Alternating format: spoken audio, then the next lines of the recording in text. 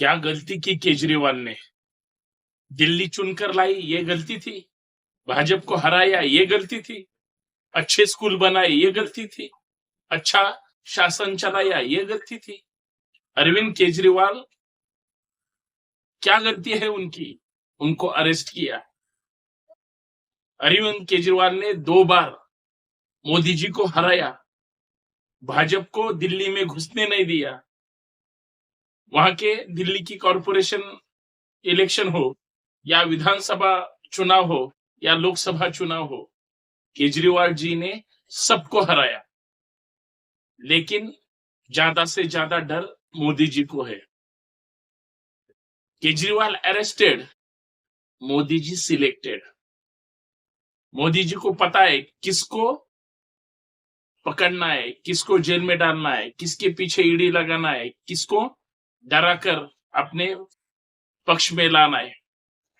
अगर इतना भ्रष्टाचार के खिलाफ मोदी जी और उनकी पार्टी, उनकी सरकार, उनकी विचारधारा है, तो सब देश के भ्रष्टाचारी आज के दिन बीजेपी में क्यों है?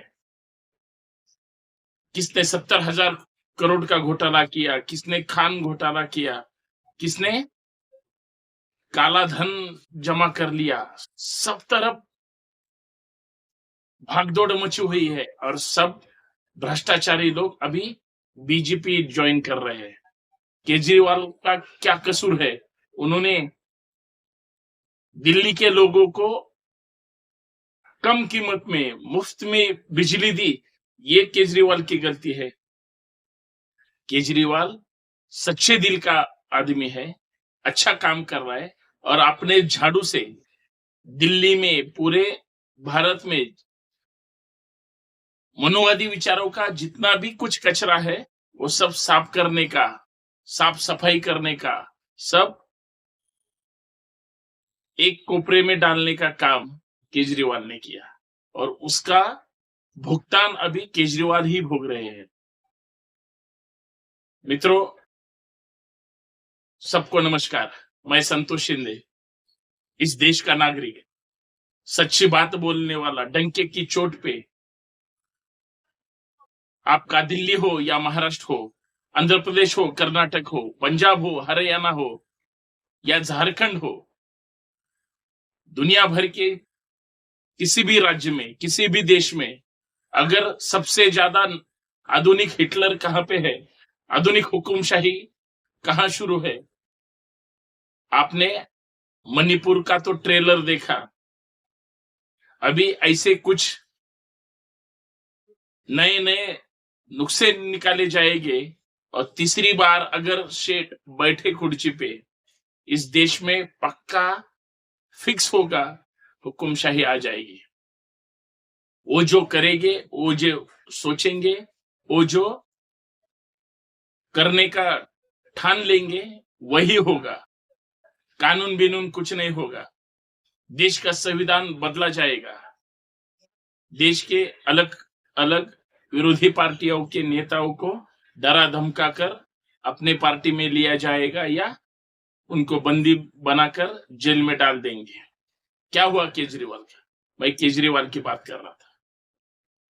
अरविंद केजरीवाल दिल्ली का मुखिया, अरविंद केजरीवाल दिल्ली के सीएम, अरविंद केजरीवाल पढ़ाई को अच्छी तरह से समझने वाला आदमी, अरविंद केजरीवाल भ्रष्टाचार के खिलाफ लड़ने वाला नेता।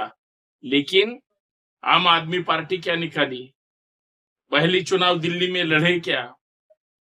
नौजवानों को साथ लेके टीम बनाई क्या?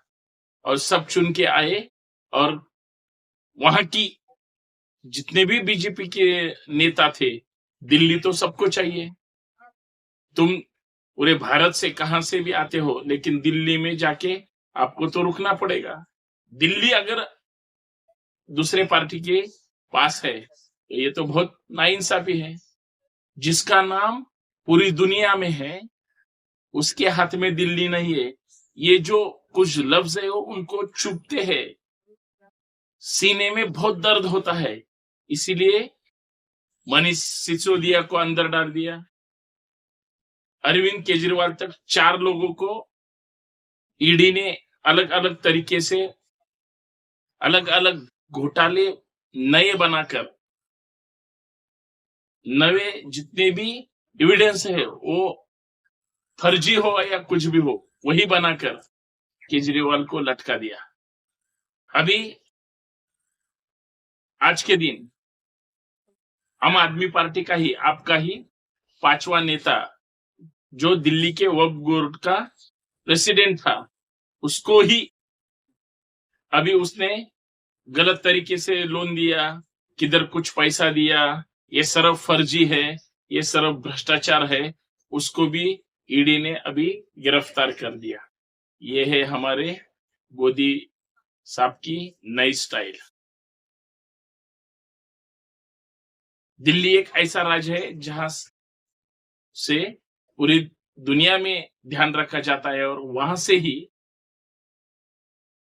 जो अभी पार्टी है सत्ता में है, उसके मुख्यमंत्री पद के आदमी को, उप मुख्यमंत्री पद के नेता को, अलग मंत्री हो या विधायक हो, उनको टारगेट में रखकर उनको सबको गिरफ्तार करने की नई साजिश रख के साफ कहते हैं मोदी जी कि मैं भ्रष्टाचार के खिलाफ हूं, लेकिन सब भ्रष्टाचारी इनके साथ है, ये एक अलग बात है। अभी लोकसभा चुनाव शुरू है, सब तरफ लोकसभा चुनाव है, 5 चरण में चुनाव शुरू है। पहला चरण तो अभी शुरू हो गया। अभी अपना जो वोट है डालने का दिन है। मेरे प्यारे भाई और बहनों, मेरे आपसे हाथ जोड़कर गुजारिश है, आप जब चुनाव डालने जाओगे, एक ही काम करो, मेरे आपसे गुजारिश है, चुनाव को जाते समय आपका जो दिमाग है 200 ग्राम का, उसको साथ लेके जाइए, घर पर मत रखिए। चुनाव जाते समय आपका जो दिमाग है वो लेके जाइए, और जब आप ईवीएम मशीन पे देखोगे वोट डालते समय, आप अपने उम्मीदवार का नाम ढूंढोगे, आपको थोड़ी गलतफहमी हो जाएगी, आप थोड़ा हड़बड़ा जाएंगे। दिमाग अपना शांत रखो।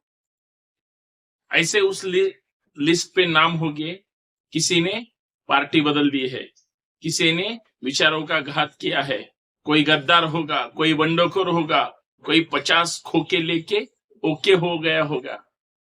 आप अपना दिमाग शांत रखिए और इतना ही सोचिए, जो आदमी इस देश को जोड़ने की बात करता है, जो आदमी इस देश के हित की बात करता है, अपने राज्य के हित की बात करता है, जो आदमी समानता, समता और बंधुता की बात करता है, जो आदमी इस देश को जोड़ने की बात करता है, और जो आदमी जातिवाद, मनोवाद के खिलाफ है,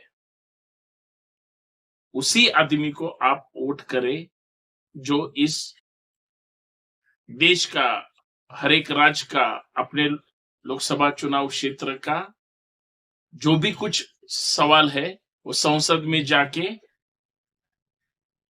डटकर खड़े रहकर वो अपना सवाल पूछ सके, वो संसद में बोल सके, उस संसद में अपने राज्य की, अपने देश की बातें रख सके। ऐसा ही उम्मीदवार आप चुन के दे दो, नहीं तो फिर एक बार हुकुमशाही आ जाएगी। हुकूमत के बदौलत इस सब के ऐसा राज करेंगे जो नया हिटलर की विचारों की बात करेंगे।